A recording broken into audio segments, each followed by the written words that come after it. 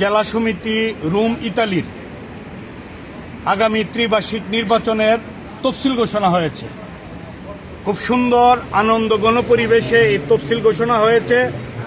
তফসিল ঘোষণার পরপরই আমরা সদর উপজেলার পক্ষ থেকে আমাদের সদর উপজেলার সম্মানিত উপদেষ্টা মামুনুর রশিদ মামুন ভাইয়ের পক্ষে আমরা আমাদের মুরব্বী নজরুল ইসলাম বাবু ভাই, সদরের প্রধান উপদেষ্টা রিপন শাহ সহ সদরের সকল নেতৃবৃন্দর সমন্বয়ে আমরা মনোনয়নপত্র সভাপতি পদে সংগ্রহ করেছি।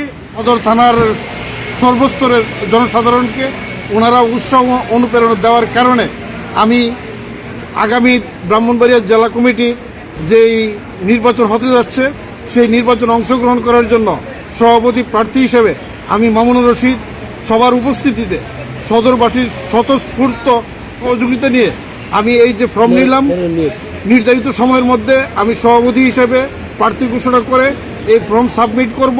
আমি দেশ ইটালিতে আমাদের ব্রাহ্মণবাড়িয়া জেলার যত লোক আছেন সবার কাছে আমি দোয়া প্রত্যাশী। দেশে এবং বিদেশে যারা আছেন সবাই আমার জন্য দোয়া করবেন। সবাই ভালো থাকেন। আসসালামু আলাইকুম।